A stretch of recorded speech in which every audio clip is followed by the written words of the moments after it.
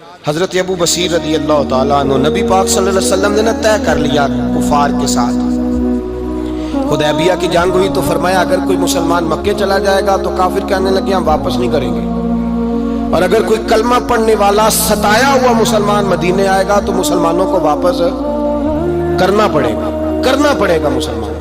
مسلمان اپنا بندہ نہیں رکھ سکتے، اور مسلمانوں کا کوئی شخص غلطی سے بھی مکے چلا گیا تو مکے والے واپس نہیں کریں گے. حضرت ابو بصیر رضی اللہ تعالیٰ عنہ صحابی تھے، باپ نے بھائی نے محلے والوں نے قید کیا ہوا تھا کلمہ پڑھنے کی وجہ سے، پیروں میں زنجیریں تھیں، بیڑیاں تھیں، کسی طریقے سے جیل توڑ کے دوڑے مدینے پہنچے. کہتے ہیں رستے میں کسی آدمی کے ساتھ گھوڑے پہ کچھ دیر بیٹھا پھر پیدل چلا. صحابہ کہتے ہیں اتنا دردناک منظر بڑا کم ہم نے دیکھا. ابو بصیر جس گلی سے گزرتے وہاں خون پھیل جاتا، ان کی ٹانگیں خون سے کٹتی، وہ زنجیریں بندھی ہوئی. در رسول پہ حضور میں بھاگ کے آیا ہوں. کہتے ابھی نبی پاک صلی اللہ علیہ وسلم ان کی بات سن ہی رہے تھے کہ پیچھے سے قریش کے 2 سپاہی بھی آ گئے. کہنے لگے یہ بھاگ کے آیا ہے اور آپ کا وعدہ تھا کہ آپ واپس کریں گے. چشم زدن میں ذرا سوچنا، چشم زدن میں تھوڑی دیر کے لیے غور کرنا کہ ہمیں ہمارا استاد ہمارا پیر دھتکار دے کہ جا دوڑ جا، تو کہتے ہیں بسم اللہ جناب یہ جا رہے ہیں. ایمان کی پختگی دیکھیں، اس نے تو ہمیں نکال ہی دیا جی، وہ کیسا بندہ ہے. یہاں تو کسی کے یہاں کوئی فاتحہ پڑھنے نہ جائے تو لوگ بگڑ جاتے ہیں. کہتے ہیں اس نے سلام نہیں لی، فاتحہ نہیں پڑھی، بس ختم، اس کو احساس ہی نہیں. حضرت سیدنا ابو بصیر سامنے کھڑے، سامنے 2 سپاہی آ گئے. ذرا دیکھیے ایمان کی پختگی، ایمان، یقین اور استقامت. امام بہقی نے دلائل کے اندر لکھا ہے، فرماتے ہیں نبی کریم صلی اللہ علیہ وسلم نے ان کی طرف دیکھا تو حضور کی مقدس آنکھیں آنسوؤں سے بھر گئیں. حضور نے فرمایا ابو بصیر تیری تکلیف مجھے نظر آ رہی ہے، پر میں نے وعدہ کیا ہوا ہے، میں نے وعدہ. بھئی یہاں ڈٹ کے رہنا بڑا مشکل ہے، یہاں قائم رہنا بڑا کٹھن مرحلہ ہے. یہاں آزمائش کے موقع پر دین پر انہوں نے تو رکھا ہی نہیں. لوگ تانے دیتے ہیں، باتیں کرتے ہیں، رکھا ہی نہیں، تو پھر ان کا بنتا ہے. حضور نے فرمایا تجھے جانا پڑے گا. صحابہ کہتے ہیں پورے مدینے میں ایسے تھا جیسے سوگ کا سما ہو. جب وہ 2 سپاہی حضرت ابو بصیر کو پکڑ کے لے جا رہے تھے تو وہ پلٹ پلٹ کے پیچھے دیکھتے تھے، پلٹ پلٹ کے، پیروں میں خون ہے، آنکھیں آنسوؤں سے بھری ہوئی. فرماتے ہیں جب وہ پلٹ رہے تھے تو مدینے کی گلیاں بھی رو رہی تھی. میرے نبی پاک جب وہ آنکھوں سے اوجھل ہو گئے تو حضور بیٹھ گئے زمین پہ. نبی پاک نے رونا شروع کر دیا. فرمایا اللہ تو نے اس شخص کی مدد فرمانی ہے، اس پر کرم کرنا ہے، اللہ اس کا خیال فرمانا. اس کے لیے دعا کی، حضور روئے. حضرت ابو بصیر باہر نکلے تو وہ جو کافر تھے نا وہ کہنے لگے تو بڑا بنتا تھا ان کا، انہوں نے تجھے رکھا نہیں، تجھے رکھا بھی نہیں. تو حضرت ابو بصیر نے تھپڑ مارا منہ پہ. کہنے لگے میں وہ نہیں جو تھوڑی سی بات سے بدل جاؤں، ایمان، یقین اور استقامت کی دولت ملی ہوئی ہے. آپ فرمانے لگے میرا تو ایمان اور پختہ ہو گیا ہے کہ میرا نبی اپنے وعدوں کا بڑا پابند ہے، میرا رسول اپنے وعدوں کا بڑا پابند ہے. حضرت ابو بصیر کہتے ہیں مدینے کی سرحد گزر گئی تو میں نے کھینچی تلوار، ان میں سے ایک سپاہی اب آؤ میرے مقابلے میں جس نے آنا. ایک کو مارا، دوسرا بھاگ گیا. فرماتے اب میں مکے جا نہیں سکتا تھا، جاؤں گا تو وہ زیادہ ماریں گے. مدینے حضور نے قبول نہ فرمایا.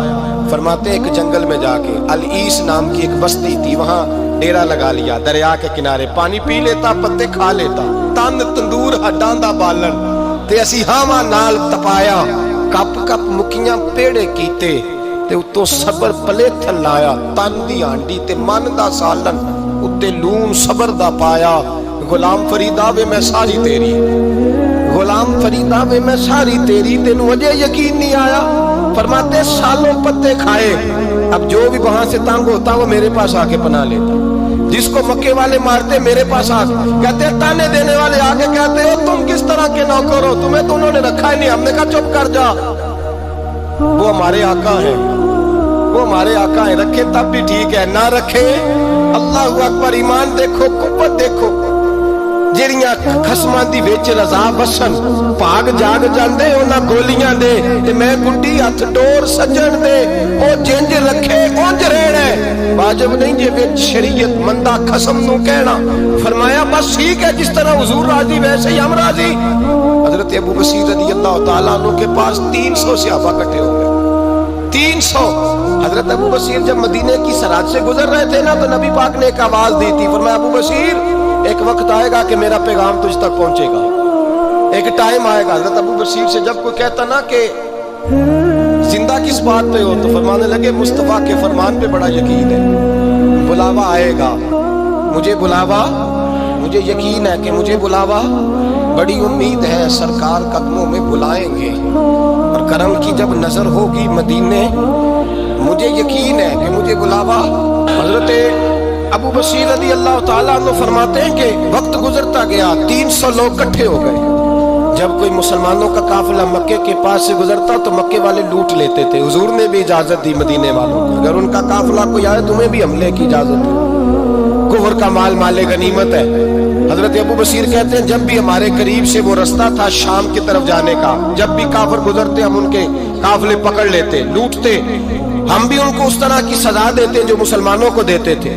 فرماتے ہیں ان کا جینا محال ہو گیا، ہاتھ باندھ کے نبی پاک کی بارگاہ میں گئے، کہنے لگے یہ شیخ ختم فرما دے اور آپ ان کو بلا لیں، بلا لیں۔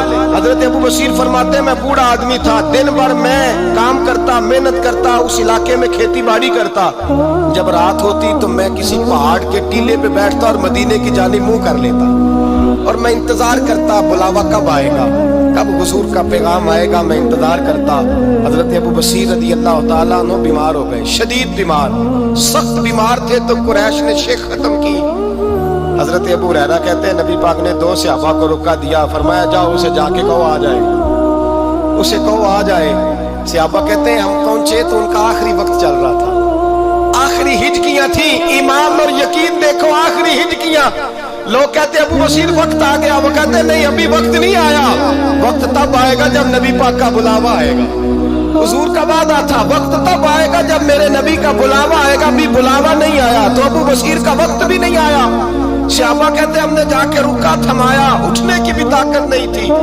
جب حضور کا رکا لیا نا تو دونوں یوں مٹھیاں بند کر لی، گویا جھوم جھوم کے نعرے لگانے لگے آؤ دیکھو میرے نبی کے وعدے کتنے سچے ہیں، آؤ دیکھو حضور کے وعدے، چومتے حضور کا نامہ، سر پہ رکھتے، سینے سے لگاتے اور کہتے ہیں پھر بلند آواز سے کلمہ پڑھنے لگے، کہنے لگے حضور میں حاضر ہوا، یا رسول اللہ میں آیا، کہتے بلند آواز سے کلمہ پڑھا اور ان کی روح پرواز کر گئی، ان کی روح پرواز کر گئی۔ نبی رحمت صلی اللہ علیہ وسلم کے غلاموں کا یقین، اعتماد اتنے اعلیٰ درجے کا، کمزور مسلمان، دائیں بائیں دیکھتا مسلمان، کفر کے وعدوں پر اعتبار کرتا، یہودی عیسائی اور شک کے وعدوں پر اعتبار کرتا، دنیا دار ٹھگ اور چور کے وعدوں پر اعتبار کرتا، یہ رب کریم کے وعدے پر اعتبار نہیں کرتا، یہ اللہ رسول کے ساتھ اپنی توجہ کو مبذول نہیں کرتا۔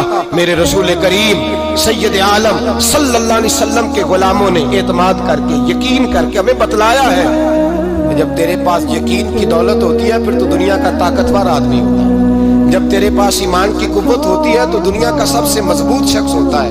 اپنے آپ کو مضبوط کریں، اپنے اندر ایمان کی توانائی پیدا کریں، یہ جھوٹے وعدوں پر، جھوٹی تسلیوں پہ اپنے آپ کو زندہ نہ رکھیں، نہ دیکھیں دائیں بائیں کیا ہو رہا ہے، توجہ سیدھی اللہ رسول کی جانب رکھیں، مضبوط ایمان پیدا کریں، تگڑا